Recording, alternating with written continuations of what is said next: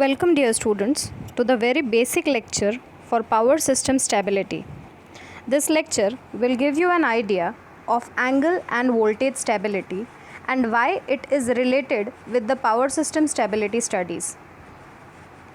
So, what we are going to study is the classification of power system stability with respect to angle and voltage stability and how it is going to help us to develop the swing equation.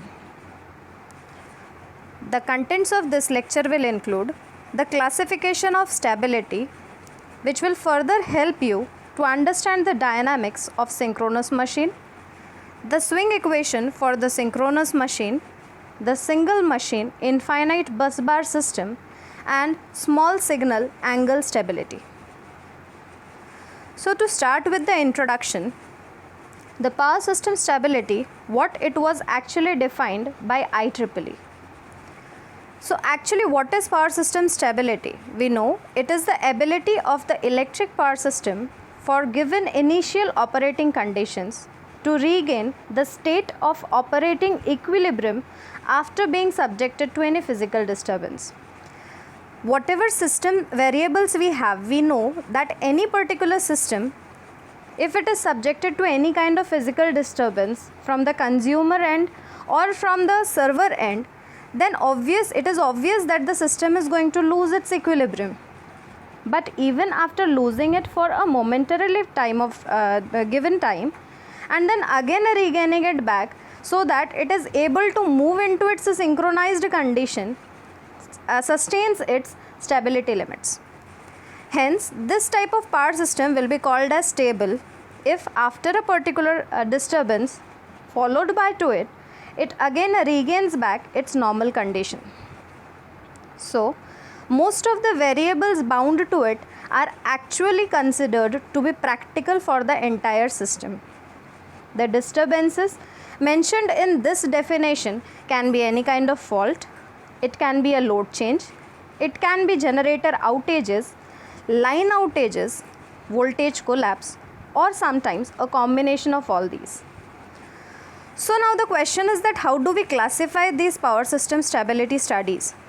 So I'll just zoom it so that you are easily able to read it what it is. So power system stability is basically classified into three types.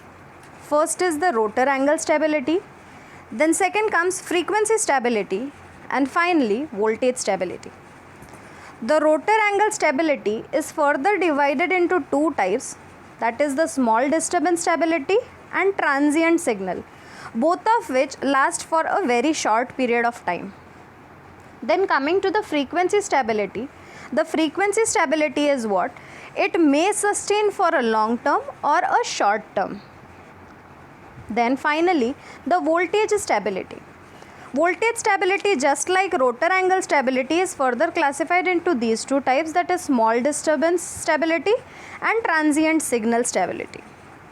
It may also sustain for a short term or a long term.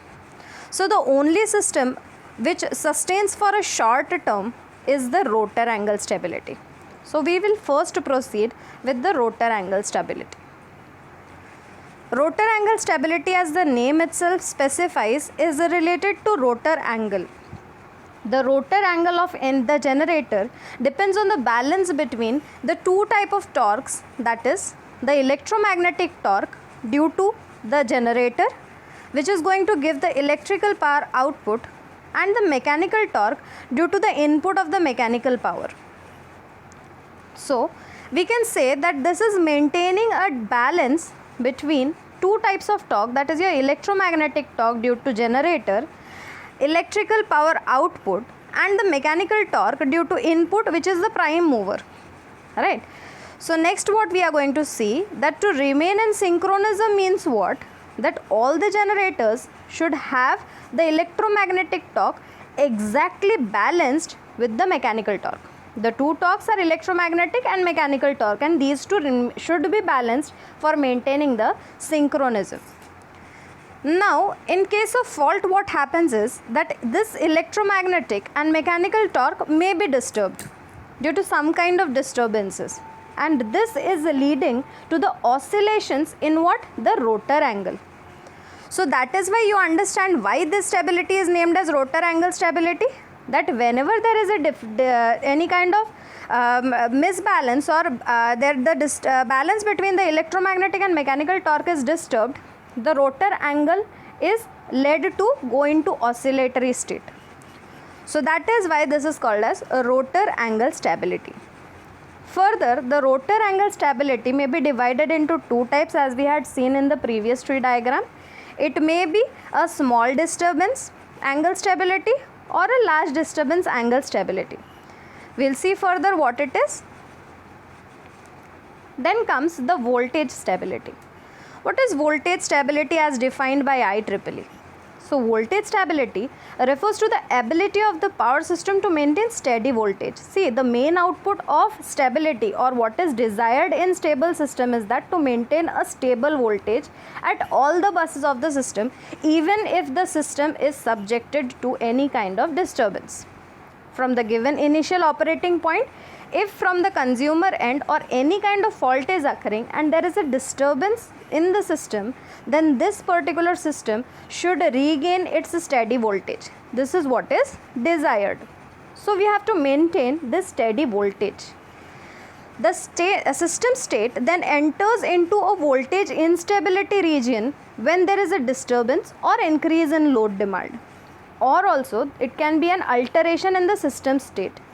What is it resulting to? Any kind of these faults which lead to the voltage instability due to load demand, alteration of system state voltage, or any other kind of fault which is causing the voltage to become unstable, will result into an uncontrollable and continuous drop in the system voltage. This is defined as a voltage instability, which may be serious if it is sustained for a longer time. So again, coming back to rotor angle stability studies, for these particular type of analysis, there are some assumptions to be made. What are the assumptions? Let us see. The assumptions include, first, that all the three-phase systems are considered to be a balanced three-phase system, and the disturbances are also considered to be balanced. Secondly, the deviation of the frequency should be very small. Third, the DC offset current and harmonics are neglected in this case. Fourth, the network and impedance load are same and at steady state. And lastly, the voltage, current and power flow can be computed by power flow equations. So these assumptions are considered to be very important to analyze the rotor angle stability of any system.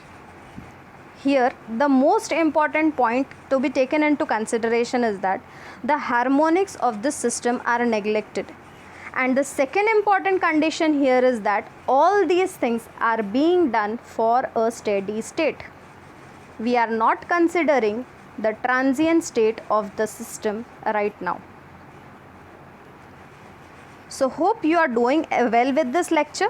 You have understood what is the difference between rotor angle stability and what is voltage stability. Further, if you have any kind of doubts or you want to ask any further or request any further lecture related to this topic, kindly put it in the comment box. Thank you so much for watching this lecture. Hope we will come back soon with a new topic. Waiting for your comments. Thank you.